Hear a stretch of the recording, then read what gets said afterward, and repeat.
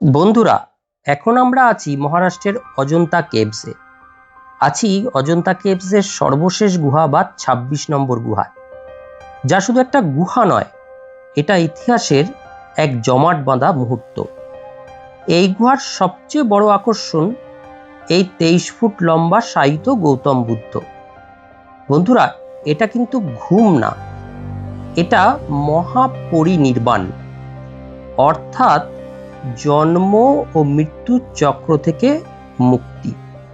কিন্তু খেয়াল করুন, দেখুন তলায় এক সারি মানুষ বসে বিলাপ করছে, মানে তারা ভগবান বুদ্ধকে জগৎ থেকে হারাচ্ছে।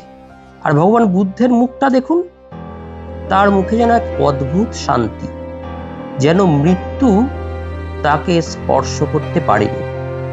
তলায় যে দেখালাম, খোদাই করা ভক্তরা কাঁদছে, তাদের মধ্যে দুঃখ, হতাশা, একদিকে শান্তি, অন্যদিকে শোক।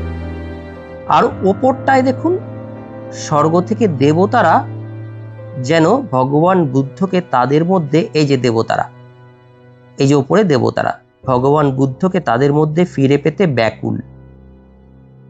একদিকে শান্তি, অন্যদিকে শোক। এই কন্ট্রাস্টটাই এই গুহাটাকে করে তোলে অনন্য সাধারণ।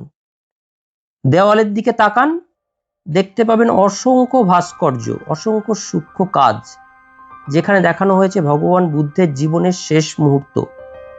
অবাক লাগে, ভাবতেই অবাক লাগে। এত বছর আগে, প্রায় ৫ম শতকে বকাটক পিরিয়ডে এই গুহাটা তৈরি। পুরো গুহাটাই একটা পাথর কেটে বানানো, এবং আলো ছায়ার এমন ব্যবহার, এটা শুধু একটা শিল্পকর্ম নয়, এই আলো ছায়ার সংমিশ্রণ যেন একটা বার্তা দেয়, মৃত্যু শেষ নয়, এটা মুক্তি।